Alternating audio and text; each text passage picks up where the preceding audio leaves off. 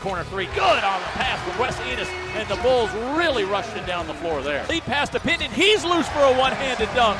This is Bryan Hodgson basketball. Welcome to the Bryan Hodgson Radio Show on the South Florida Bulls Radio Network. This team can score points in bunches. What gets crowds up off their seat. In the next hour, you'll hear from the head coach of your South Florida Bulls men's basketball team. We'll also be joined by a player, as well as a member of Coach Hodgson's staff. Now to Nelson, two-handed dunk. Tic-tac, oh no. And now, live from the Yuengling Draft House and Kitchen, along with the coach, here's your host, Jim Lighthall. Good evening, everyone, and welcome to the Yuengling Draft House and Kitchen, final live radio show of the year, the Bryan Hodgson Radio Show. Jim Lighthall along with the head coach himself. Coach, good to see you again. Kind of our home away from home and our last trip here for this season, at least anyway. Yeah, absolutely. Great to be back at the draft house here, taking good care of us since we've gotten here. So great place to be and good time to be here. A lot of folks are out here at dinner tonight getting drinks as well. They'll be here until 7 o'clock, as we will as well. We got a couple segments with you. We're going to talk with Isaiah Jones and also Martin Stockwell, who you've known for a long, long time. You're starting to light up when I mention his name because this is a guy that's been very near and dear to your heart for a long time. No, I was actually lighting up because we got J.P. Peterson to show up to something this year. So, he pushed me. I went and did his show at his place, and I haven't seen him since. So that's what I was actually lighting up about. No offense to Stock, no then. offense Yeah. to Stockwell. It's just, it's great to have his presence today. You never know who's going to show up here tonight. Coach, we're going to be live until 7 o'clock. A lot of different subjects to cover, obviously. And, one thing here, first and foremost, is that you only have one game over a 10-day stretch, which has been a real difference for you because you played so many games. But now an opportunity to get some practice in and prepare for this final stretch drive. Yeah, I mean, we obviously got a big one tomorrow, and then we'll have some time to really evaluate ourselves as opposed to going right to the next opponent for the first time in a long time. And so we'll be able to take a couple practices and really just break everything back to level one and focus on some areas that need improvement as we get into the home stretch. We're going to talk about a lot here tonight, and of course the Memphis game tomorrow night we will touch on.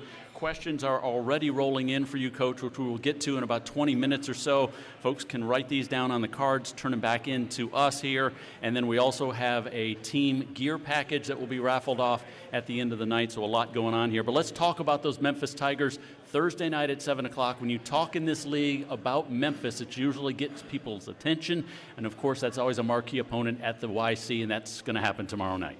Yeah, I mean, Memphis obviously traditionally makes a big investment into men's basketball, probably the biggest in the conference for a long time, and so they've really had some great teams over the years. They've kind of been the team to beat in the American Conference for the last several years, and so NBA players coming out of there and multiple NCAA tournament runs over the last 5-6 years. So, they're kind of the household name in the conference, but that's something that, I came here to change. Nationally televised game on Sunday at FAU, another one on Thursday night, and an opportunity to showcase your team to the country. Yeah, absolutely. I think this will be nationally televised game 14 or 15, somewhere in that range, which is phenomenal for our program, phenomenal for the university, for Tampa. I mean, it's great to put our Tampa Bay's home for hoops, South Florida basketball, on a national stage. Coach, with a 2-game lead with 5 games to play, everybody's talking about the postseason, which I know is still another month away, but I guess the question to you is, at what point do you start scoreboard watching and looking at other games, or do you do that at all? It's human nature to do it a little bit, to be honest with you. Just, we've got goals here. One of our goals is to win the American Conference regular season championship. There's a major benefit to getting a bye all the way to the semifinals. So you definitely look around the league and check out the other scores, but 99.9% of our focus is on us in the games directly in front of us, how we can get better before we play those games and put ourselves in a position to be successful. We take this deal one day at a time, and ultimately that's what's going to give us the best shot. Just being talked about by the Andy Katzes and the Joe Lenardis and their bracketologies, and also the bubble watches, and of course watching the Bulls start to rise in the net and start thinking about an at-large bid if things don't pan out in the conference tournament. That's what all the fans are talking about. So to be in that discussion has to mean that you've done your job well. No, we want to be cemented in that discussion. Okay, gotcha. I mean, to be talked about, that's not what I came here for. It's great for the fans, exactly what you said. I didn't come here to be in the conversation. So we dropped some opportunities in the non-conference we should have won. Even dropped a couple conference games that we know that we should have won. So it's great, for the fan base and for the University of South Florida to be in the conversation. For us, that's not good enough. Talking with Bulls head coach Bryan Hodgson tonight. We'll be live here until 7 o'clock at the Yuengling Draft House and Kitchen, 1109 North 30th Street. Dollar Wings tonight. You can get your beers, you get your Yuenglings, obviously, and we will do it for the next, 50 minutes or so. Coach, let's look back on Sunday's game that we talked about against FAU, a wild one. 83-81, an overtime win. You've won 4 in a row and 7 of 8. I don't know if you know this, but that was the first win in Boca since 1999. Wow, I did not know that. We had no idea. They're a really good basketball team. Obviously, we were able to get them twice, and we played them at full strength twice. And so they were obviously on a skid there for 5 games. We played them at full strength. They had some injuries. They played without their guys for 5 games, and we played them at full strength again. And then now tonight, I just saw in the injury report, they're without Vanderpool, their leading scorer. So we've had the best version of FAU. Other people have not. But it's a really good basketball team, really well coached. And really, it was great to go in there and get a win. 18 ties, 17 lead changes on Sunday. Just a very entertaining game. And a lot of people in this room made the trip down 4.5 hours for that game. Yeah, it was awesome to see the amount of people that made the trip to support us. I know it means a lot to the guys and our coaching staff, the program in general, to have that kind of support. And, we had a great group waiting for us there after the buzzer sounded, which was cool. And we felt that support all year. We really need it tomorrow night in the Yuengling Center. We noticed right away how hot it was inside the arena. They only seat 3,000, but we could tell, especially during that 9-0 run by FAU to get back in the game, it looked like your guys were struggling a little bit. Was it because of the arena, or was it something else going on? No, I mean, the arena, to be honest with you, that took a toll on our guys. I mean, that was the hottest environment we had played in all year. Wouldn't be surprised if that was intentional, but whether it was or not, I mean, it was almost unbearable. So obviously the guys tend to get fatigued. They sweat more, which obviously affects their hydration levels. So some things that we just needed to monitor during the game. But at one point, Isaiah Nelson got a little bit sick, but was able to bounce back. I was just going to say, we were on the other side of the floor, so we didn't get to see it, but I did have some people tell me that apologies to those that are eating here, that he lost his lunch, and I saw him fanning himself. He had a cold water on his neck. He was really fighting it, but he gave you the kind of effort he always does. Yeah. I mean, it was hot, and Zay plays as hard as he can in the minutes that he's out there, and so he was definitely exhausted, and that played a part. But it was a really good basketball game between 2 really good teams. Wes Enos really got rolling, Coach. He had 13 consecutive points over a stretch of 2 minutes and 26 seconds in the first half. He finished with 27 on the night, and now he's the American Conference Player of the Week.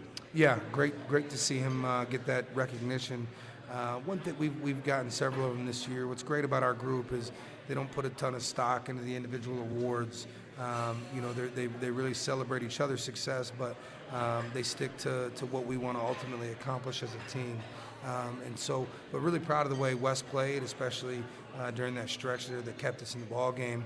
Made some really tough plays in a time when we needed him badly. He really got hot in that first half, 18 points, in fact, in the first half. I've noticed that teams, as they see him make more and more threes, are trying to run him off the three-point line, but his ability now to get to the basket has made him extremely difficult to guard. Yeah, and he's had that ability. He did that for most of his career. I thought he settled quite a bit early in the non-conference and in the conference play, settled from 3 quite a bit, and we were able to make some adjustments. He was able to improve his shot geography, his shot selection, which has ultimately helped him be more efficient.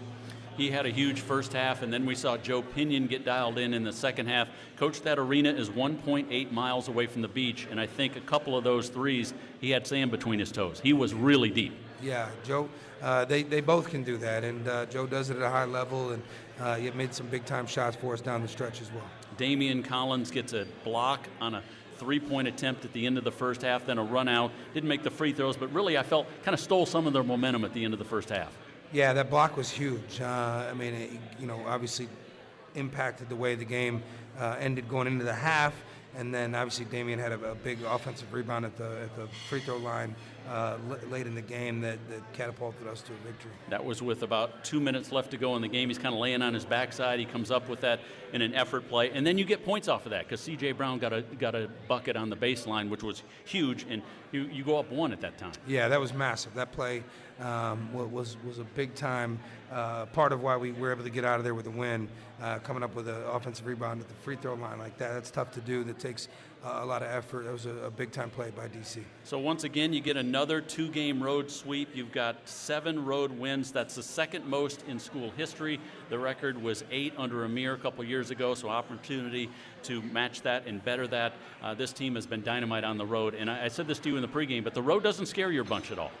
No, we try to be consistent, wherever we're at. We challenged ourselves in the non-conference, played some tough road games. We went to Alabama, went to Oklahoma State. So being on the road here in American play, that's something that we prepared ourselves for. That's all a part of the process, and our guys have handled that adversity pretty well. We have another segment with Coach coming up. He'll take your questions in just a bit. But, Coach, Isaiah Jones will be coming up here and sitting with us briefly. Isaiah Jones has been dynamite. He was in the game late down at FAU with the game on the line. Yeah, Isaiah has won us several games this year. He's got one of the better basketball IQs that I've been around for a young man. He's kind of been a journeyman and made a couple stops, and obviously this being his second stop after Oakland, he's been really good for us. He's been well coached throughout his career. He brings a veteran leadership type mindset to the court, never too high, never too low, and really if you look at his leverages on both sides of the ball, our team's better when he's out there for the most part, and so we're really proud to have him with us. He represents our program and this university in a great way. One thing that we've noticed is that he can guard pretty much 1 through 5. Switching is not a problem for him. Yeah, that 1 might be a little bit questionable, but he can guard 2 through 5 for sure. But a lot of it's because of his IQ. He finds a step, and he's an elite teammate, great talker. Like I said, he's found a way to make us better here down the stretch. He'll be coming up on the show. And then also Director of Player Personnel Martin Stockwell is a guy that you've known for a long, long time, and you really rely on his knowledge.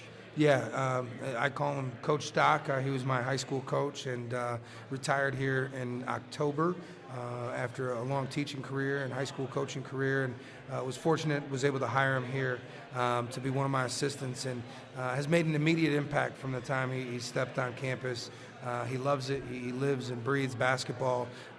This is kind of his dream. It's a little delayed for him, but it serves as a kind of a reminder to all of us on the staff. We get to live out our dream on a daily basis, doing what we love, coaching college basketball, and he's been a great addition. I'll get his perspective coming up in just a little bit, but how did that call go when you initially floated this idea to him? It's something we talked about for a couple of years. His daughter Jenna, who most of you have met, works on our staff, does a lot of our analytics and scouting stuff, and Jenna's been on the staffs I've been on since Alabama. She was a student manager for us there. She was a graduate assistant for me at Arkansas State and a graduate assistant for us here. So he's made the trek down to wherever I've been over the last 4 or 5 years, and it's something that we've kind of talked about throughout the last couple of years, and we're fortunate to be able to make it a reality this year. Looking forward to talking to him and Isaiah Jones as well. Coach, we'll get back to you in a little bit. A reminder for everyone to fill out your question. Coach answered about, 9 of them, I think, the last time we were here. So we look forward to all of those questions coming from the Bulls fans. We'll take a timeout. We'll come back to the Yuengling Draft House and Kitchen. We are live until 7 o'clock tonight on the Bryan Hodgson Radio Show.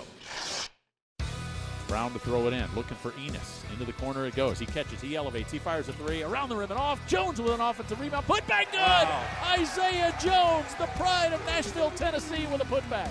What a huge play in this game for Jones to get the offensive rebound and convert. This is the Bryan Hodgson Radio Show on the South Florida Bulls Radio Network. Welcome back to the Yuengling Draft House and Kitchen. Jim Lighthall and Isaiah Jones sitting down in the hot seat right now. as we are live at 11109 North 30th Street. This place opened in June of 2023. 42,000 square feet, 88 tap handles, 5 bars. Everybody showing up tonight on this Wednesday night for another live edition of the Bryan Hodgson Radio Show. Thanks for joining us. We are live here until 7 o'clock tonight. Bryan Hodgson will come back and sit down and answer some of your questions coming up, but wanted to give an opportunity to Isaiah Jones to sit and talk. Isaiah, first of all, I think that highlight we played might have been the Wichita State game. I don't know if you recognize that or not. Tulsa game on the huge putback. Yes. Wow, there were a lot of big plays down the stretch. You remember that one? Yeah, I do. That was a crazy game, and I'm glad that we pulled it out because, I mean, this has been a great year for us, honestly, so I'm glad we pulled that one out. Been a lot of fun, and we've had some wild ones down the stretch here, including the game on Sunday at FAU. First of all, how hot was it inside the gym? Very hot. Oh, my gosh. It seemed like they had the heat on purpose. And, like, even in the locker room, I was like, gosh, it's overly hot. It's hot enough down in South Florida to begin with, but that day was muggy. It was about 80 degrees, and we saw everybody fighting it. You guys powered through. You were on the floor late in the game with this thing in the balances, at least in regulation for sure. Yes. Every possession matters down that stretch, doesn't it? For sure. And just coming back down to, like, the close games that we've had all year, like, it matters in those times, and he has to put on the people that's going to at least get us there to get over the edge of winning, and we don't want to never lose. So us just getting to overtime was better than taking an L, honestly. So I was glad that we get to overtime, and the 5 guys that was on the court to win the game was the best thing possible. Coach Hodgson, he's been saying this all year long, that the more close games you're in down the stretch, the better you will get in those close games.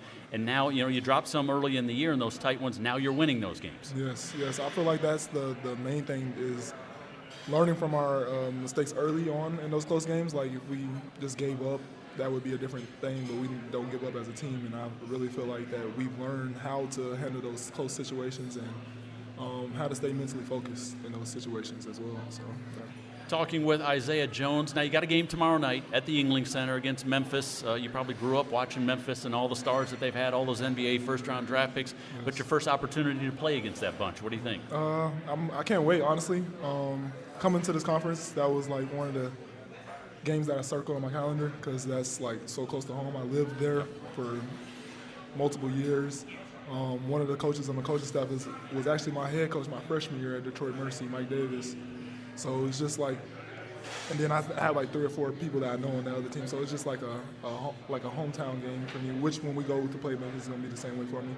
But yeah, just knowing that they were going to be a part of my senior season was great for me. You're going to need your own section when we go to the FedEx Forum for that game. I would gladly take one. I promise you, I would gladly take one. So after the game on Thursday, you're going to have a little bit of time. We've got almost a week off. I know you won't get an entire week off with no basketball, but it'll be an opportunity for some free time for you, and I know you like to cook a little bit. I know you like cars. Are you going to have an opportunity to do some of that stuff? You still got school, of course. Yeah, for sure.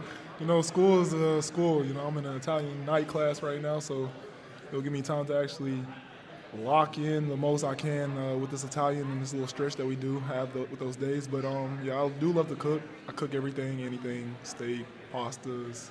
I've tried multiple things, so that's that. And, yeah, with the cars, I actually just got to look at a Mustang Dark Horse the other day. Okay. I wish right dream now. car? Is that the dream car? That's the dream car, okay. For sure. But definitely just to enjoy the time that we get off and then get back into the gym. Have you had an opportunity to cook for your teammates? Because that's the ultimate test. Yes, a few of my teammates have came over and ate.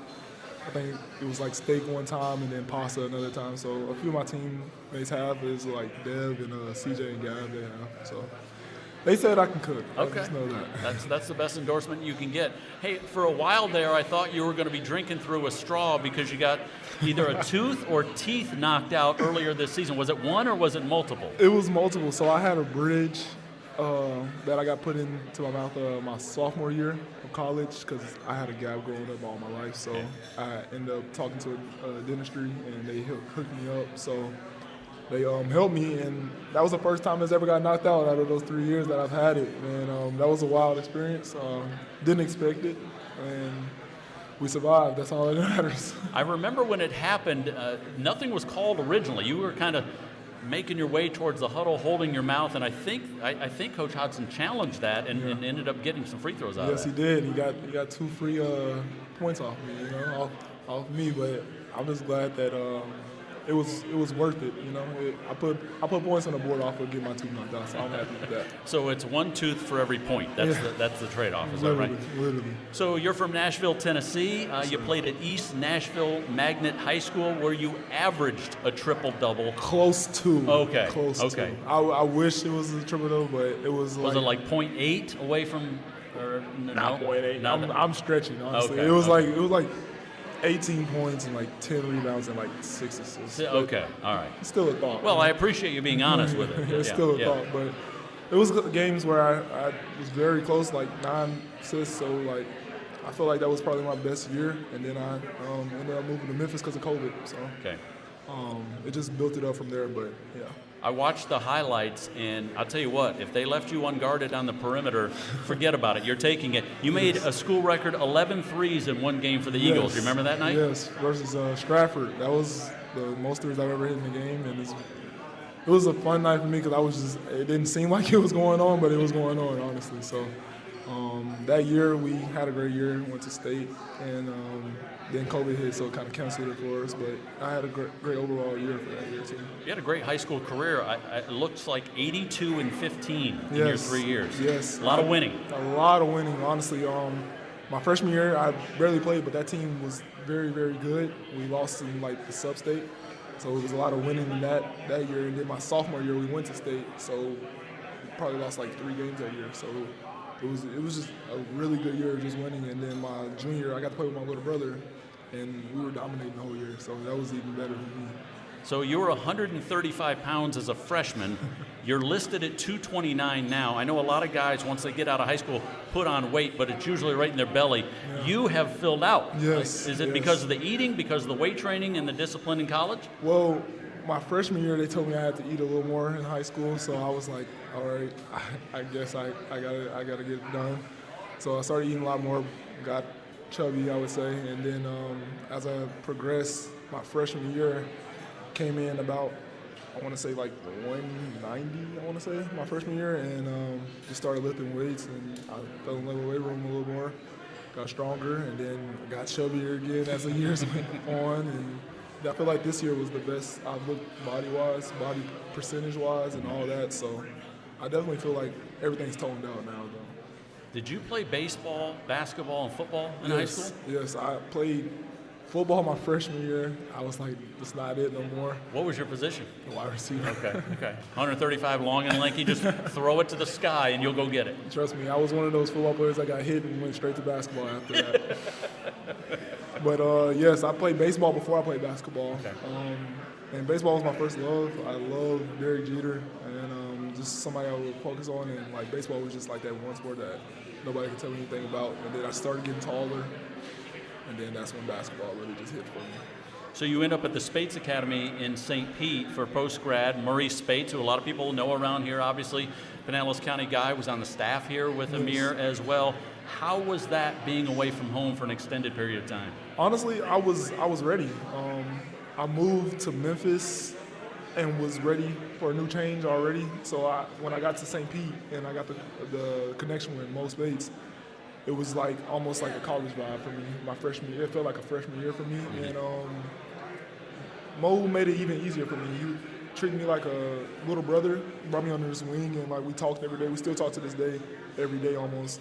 And he just guided me and gave me the I would say the wisdom of the game, and he's created a higher IQ for myself and an understanding of basketball, honestly. And yeah, that was the best experience ever. We played like 60 games though, but it was the best experience I've ever experienced. He's kind of a gentle giant in the fact he speaks very softly, but you got to listen to what he says because the guy had a great NBA career and he wants what's best for you. Exactly, and like somebody that's won at both levels. He has a national championship in college and the NBA, and he played for one of the greatest teams ever with Steph Curry. So like, just knowing that like he's like you're saying, a gentle giant, like he's not saying anything crazy, but he's saying it. You should always tune in and listen at least to the things that you want to grow in, like if that's with business or even with basketball. Like, he knows a lot, even though it might seem like he's not trying to be in the public about it or anything like that. He really knows a lot. One thing I know about Mo is that he loves to golf. Yes. He loves to golf. I like to golf. Yeah. I really like to golf. He loves to golf. Did you get the bug being around him at all? I can't golf or anything, but he would take us to Top Golf, and I would try. That's more for him than for you. He just wants to go to Top Golf. Yeah, he wants to go there and laugh at our swings, honestly. So you end up at Detroit Mercy. You go there. How did you end up in Detroit? Honestly, I was committed to D2, Georgia Southwestern, and crazy enough, I was at Memphis University. I was at the open runs there, and a lot of people were just asking me where I was going, and they started making calls, and Detroit Mercy was the first school, and I just kind of bet it on myself. I was like, I can do this wherever I go. So I went there, and they took me in. And I'll forever thank Coach Davis for the opportunity, because I wouldn't be where I'm at without him right now. So. You did a lot of winning once you left there and got to Oakland. You guys get to the NCAA tournament. You're a 14 seed. You knock off Kentucky as a 3 seed your sophomore year. That postseason experience is something that I'm sure you're carrying over to this team as well. Yes, and I try to tell my teammates every day, even when the coaches aren't around, like, this is a team that I feel like can go even deeper in the tournament than my team did sophomore year, because we have the same as that team, more talent, but I feel like this connection is even stronger than that team. And that team had a very, very strong connection. We had 4 players that played together for like 3 years before that, and like the rest of everybody just joined in.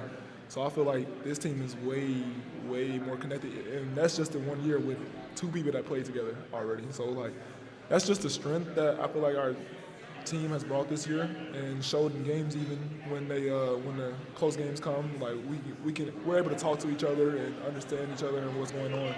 But yeah, my sophomore year, that was the craziest time, honestly. Like, we went into that Kentucky game knowing that we were going to win. Like, we didn't have no doubts about it, and that was the strength. And then playing NC State the next round, we thought we were going to win that game too, and things didn't go that way, but we felt strongly about how everything turned out. Great experience, and I know you'd like to live that again this season as well. Of course. Hey, everybody calls you Zerk. Yes. Where'd it come from? There's this rapper called Little Dirk. My other name is Zay.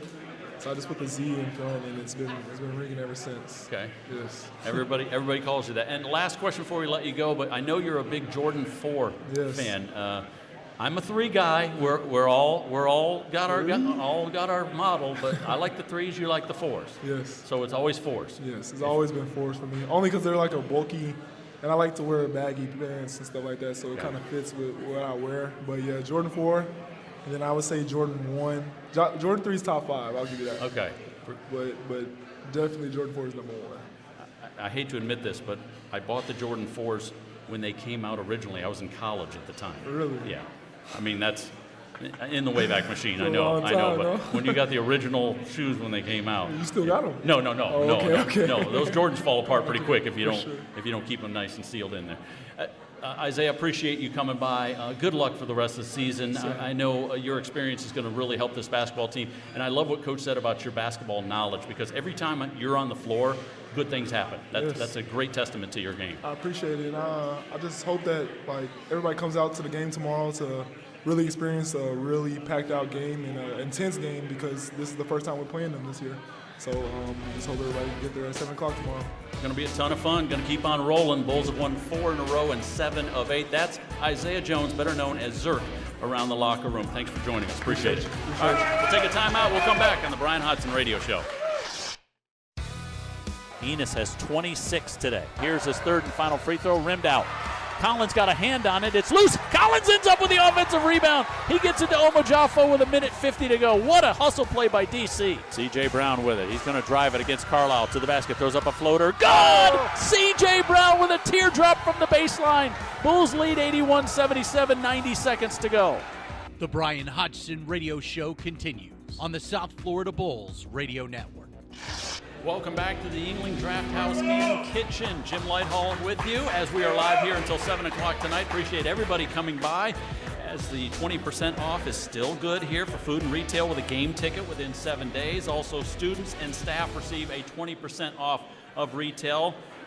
retail and food with an ID. Doesn't include alcohol, Coach. So not gonna work for you today. But I'll have to have a Pepsi. no problem. That's the voice of Martin Stockwell, and he is the newest member, I think, on this college basketball staff for Bryan Hodgson.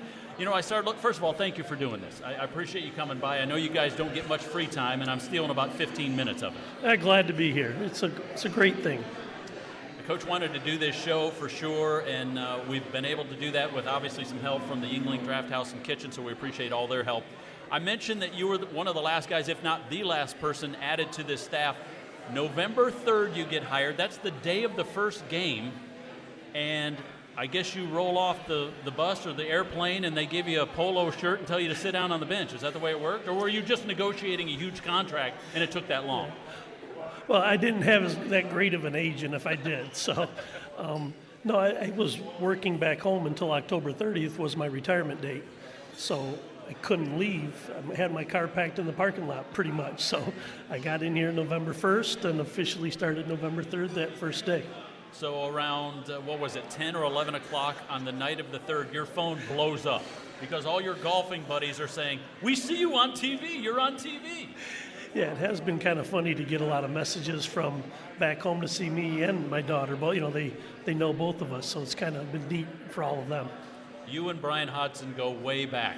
Give us, I guess, the short or shorter version of your relationship with him. Well, obviously, I mean, he played for me back in the early 2000s, right? Was a 2005 graduate. And then we kind of stayed in contact. And then when he was at UB, he was recruiting one of our players, and then we kind of became close during that time. And through that, in Alabama and Arkansas, and now here, we've been friends. You know, I've gone multiple times and stayed with him during all those stops, and gone to games and just hung out. Your daughter, Jenna, is on staff here as a graduate assistant. I'm guessing the sales job wasn't very hard to come down and hang out with her, spend time with your daughter. No, that was the easy one. I think my wife's a little jealous that I get so much time and she doesn't, but no, it was a very easy decision to get spend some quality time with my daughter that I didn't get to see because she went away to school. So it was kind of neat. You've had a lot of different titles in your life as teacher, as player, as coach. You like to golf as well, but now you're the director of player personnel. Explain to everybody out there in Radio Land and also everyone here exactly what that job entails. Well, it's definitely the fanciest title I've had, that's for sure. Teacher and assistant coach, who doesn't sound as good as director of player personnel. But, getting here kind of late, I mostly came in and kind of tried to take over some of the rebounding responsibilities. We try to chart who's the better offensive rebounders from the other team, and how do we stop that, and how do we go against that. During the games, I kind of chart contested and uncontested shots. Right? What are we? How are we guarding? Are we getting out to guys? Are we making the shot difficult or not? So I mean, that's kind of been my main two roles here. If I were you, I'd renegotiate because this team is top 5 in the nation in rebounding and also offensive rebounding. Yeah, we are pretty good. I just saw that stat the other night. It was on that we are tied for number 1 with percent of points from offensive rebounding. You get about 40% of your misses right now. Yeah, that's pretty good. That's elite. You can call that coaching, or you can call it having some good players, I guess. Helps. So you retire after nearly 33 years of teaching and coaching the Jamestown High School Red Raiders, I believe. Yeah, now the Red and Green. They're called the Red and Green now? Green now. Okay. Yep. Okay. So after that, you come down here, but you coached Bryan Hodgson. So how good was the big guy? Well, Bryan was, we'll say he was before his time.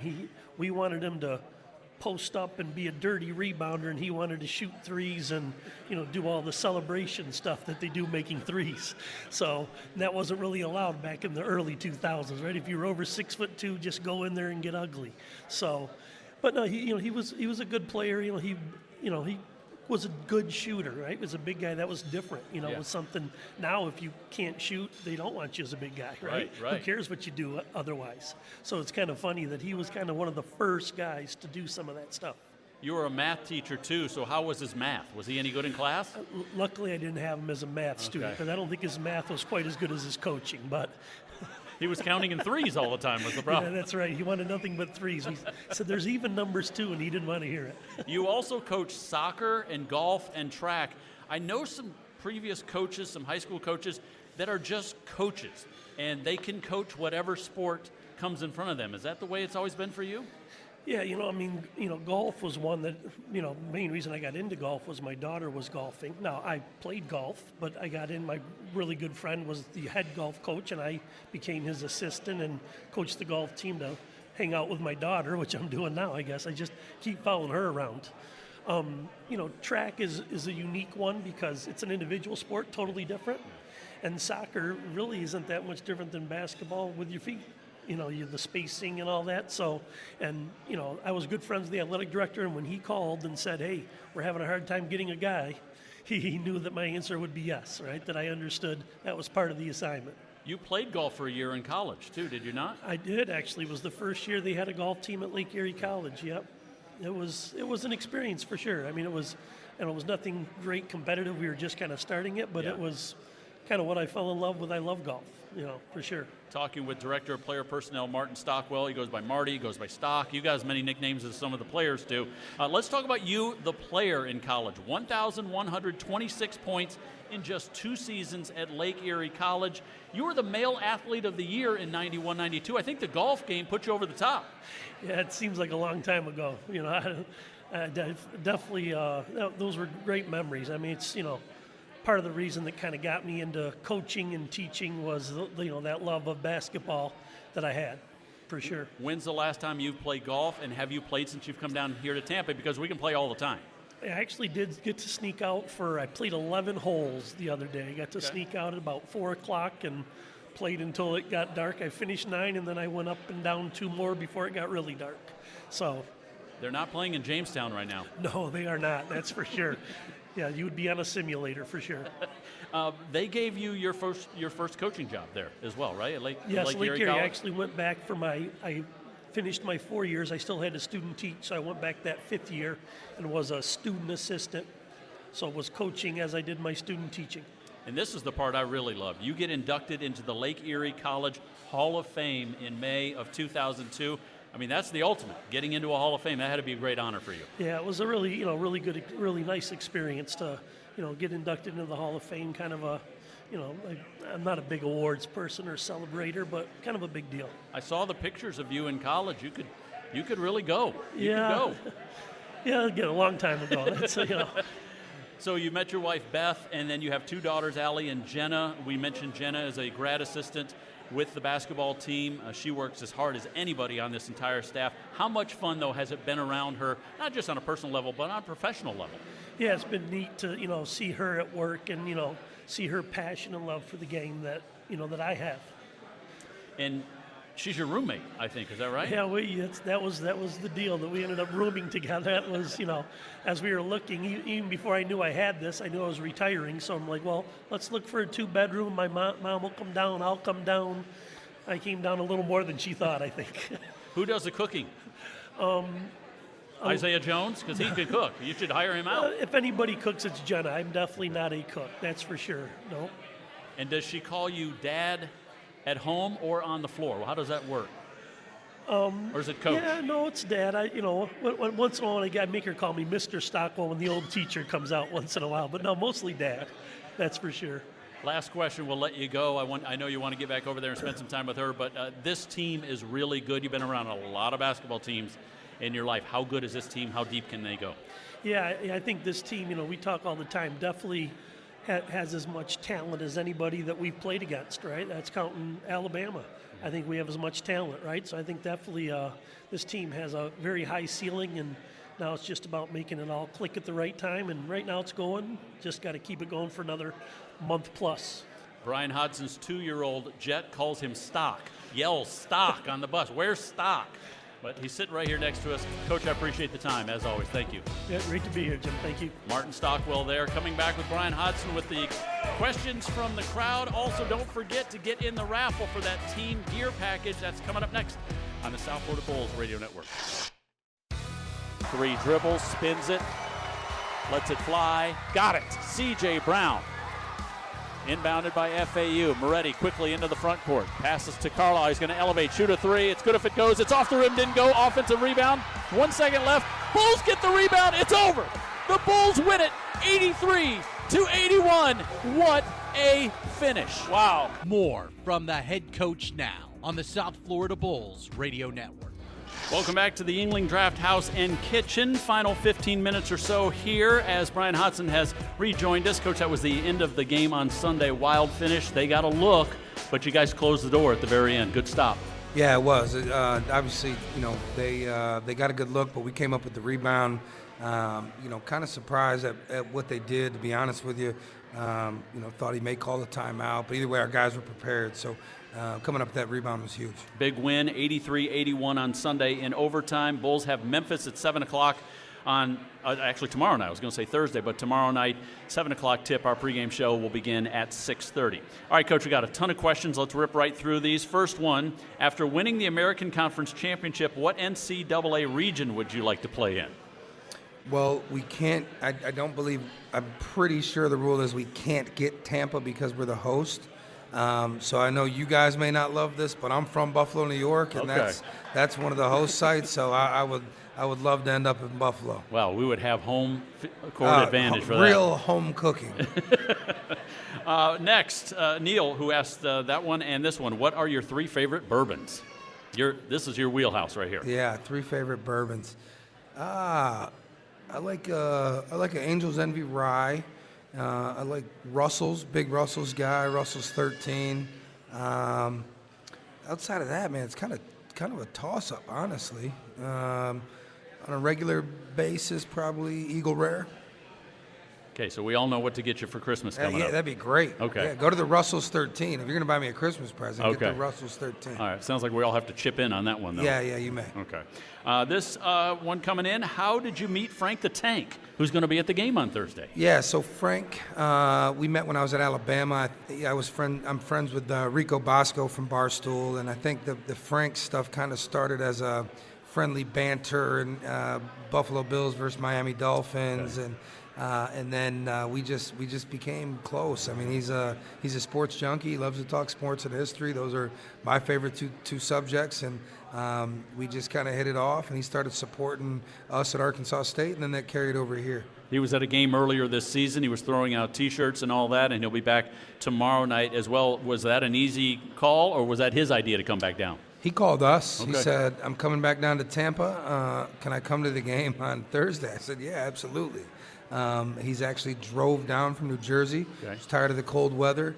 I'm pretty sure it has a lot to do with the Mets Yankees spring training games this weekend. All right, this one coming in from Bill. I think we all know that basketball is more a numbers game as compared to football or baseball. However, how do you strategize or change schemes during the game to maximize the outcome? Is it more like playing chess, or is it a gut feeling? It's a little bit of both. It's a combination of both. We've got we're a very analytics-based program. We make a lot of decisions based on the numbers as far as rotations, lineups. We're looking at points per possession on both sides of the ball. But as in coaching in any sport, there's times you've got to go with your gut. And so it's really kind of a healthy mix of both. You've had a great run here over the last few games of flipping things at the half. I mean, your gut has been working, obviously. Yeah, I got a great coaching staff, and we talk at halftime and make the proper adjustments, and credit goes to my coaching staff on that. Looks like this one is from Rich. Several Canadians on the team. Is there a, quote, Canadian pipeline, or is it just good luck? No, there's definitely some strong ties in Canada. Me being from Western New York, grew up about an hour and a half from the Canadian border. One of my other high school coaches, obviously just met Coach Stockwell, but another high school coach of mine moved to married a Canadian woman, and now runs one of the premier Nike-sponsored AAU teams in Canada. And we've been able to recruit their program and several others, and had a lot of success. There's a lot of high-level players in Canada. If you look at the NBA Finals last year, at 1.5 of the 10 players on the floor were Canadian-born.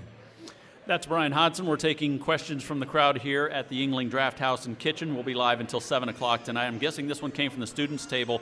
What's your message to students who haven't been to a game yet? I think it's honestly, I'd love to say something funny, but it's it's really a part of the student experience. I mean, that's one of the best things you could do is get out and entrench yourself in the community, on campus, hang out with your friends, go to the sporting events, not just basketball, but go to the baseball games, the softball games, the football games. I mean, it's one of the best things you can do in college, and a great opportunity to get out and meet people, a break from academics, and it's on top of that, it's a really great atmosphere. We've got a great situation here at the Yuengling Center, and I'd be surprised if a student showed up to watch the game tomorrow night and left and was able to say that they didn't have fun. Yeah, tomorrow night would be a perfect opportunity to show up for your first game, 7 o'clock start at the YC. This one from one of the SoFlo Rodeo guys is there's a lot of buzz right now around this team. How do you keep this team's focus for the challenges ahead?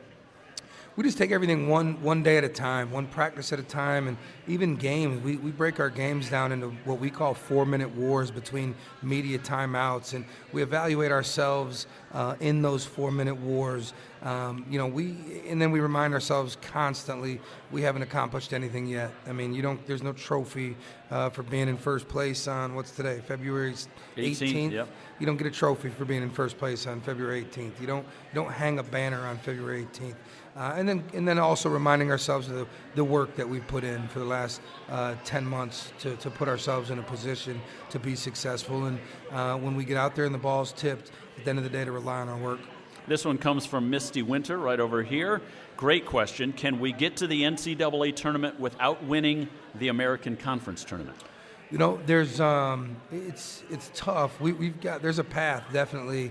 It's going to be really difficult, and I'll be honest with you, it's unfortunate, but only us and really Memphis, to be honest with you, scheduled difficult in the non-conference.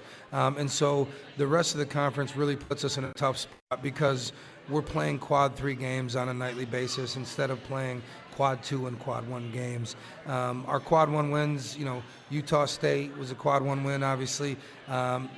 Tulsa was a quad 1 win at home. But if you look at the rest of the league, they're quad 3 and some of them even quad 4 games because they don't challenge themselves in the non-conference. And it's going to be something that I talk about in our spring meetings. We can all talk about advancing this league and becoming a multi-bid league.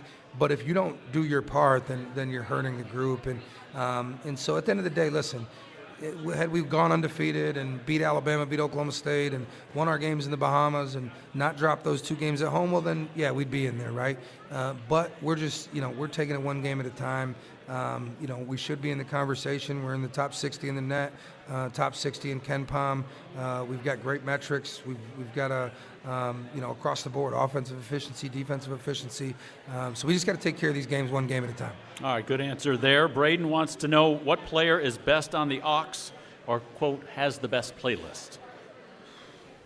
None of them. I mean, they're horrible. Their playlists are None horrible. of them? There's no variety whatsoever. All the music sounds exactly the same. Our GAs aren't much better. Jamal, he can't hear me. They can't hear over there. Jamal's horrible. When the staff gets on the aux, you get a mix. We get some country in there. We get a little bit of everything. But when the players are on the aux, it seems to be like a constant stream of Rod Wave and NBA Youngboy, and it's like the same thing over and over again. Okay, good answer there. Didn't mean to snort. As a basketball junkie, I love learning the game. I see some teams like Princeton run slow and read and react offense. Yep. What made you decide to push the pace on the floor? A big part of it is we want to win the possession battle, right? So we're one of the best teams in the country in doing that. We want to win the possession battle. We want to live in that first 8 to 12 seconds of the shot clock at the worst, honestly, and have more possessions than our opponent. But also playing at that pace puts a lot of pressure on the opponent's defense. We right now, currently as it stands, have the most efficient offense in the history of South Florida basketball, and one of the most efficient offenses in the history of this conference. And so there's a rhyme and reason to what we do. It's not just playing fast, but we play fast and efficient at the same time. Coach, last question. We got about 30 seconds. This comes from Kayla. Are there any post-game traditions or activities that everyone participates in? Really just the hard hat. The hard hats, we give out that blue-collar hard hat after every game. That's about it, to be honest with you. Nothing too exciting. I wish I had a better answer for you, but we give out that hard hat and the chain in the locker room, and then we move on to the next one.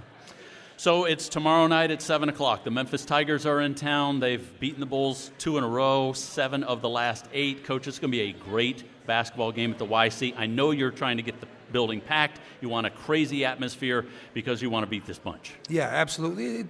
Just every game. We've got a 2-game lead, but with 5 games left, there's so many people right there behind us. Memphis is one of those teams. We play them twice, and they're only 2 games back, right? So we want to make sure we handle business, especially here at home at the YC. This group's got big plans, and we need to go out and get a win tomorrow to continue on the road to winning a conference championship. Coach, I know you want to say thank you to everyone here that's been coming out for the 3 live shows we've had here at the Yuengling Draft House and Kitchen. They've been great to us. Yeah, this is a phenomenal setup. I appreciate the Yuengling Draft House and Kitchen for hosting us. More importantly, thank you to everybody that shows up, everybody that listens. We appreciate your support all year at the games, whether you're watching us on television, the radio, whatever it is. Thank you very much. It's appreciated. It does not go unnoticed. Hopefully we'll see you guys all tomorrow. All right, that's Bulls head coach Bryan Hodgson. That will do it for the Bryan Hodgson Radio Show. Thanks for joining us on this Wednesday night. We'll see you at the YC tomorrow when the Bulls take on the Memphis Tigers.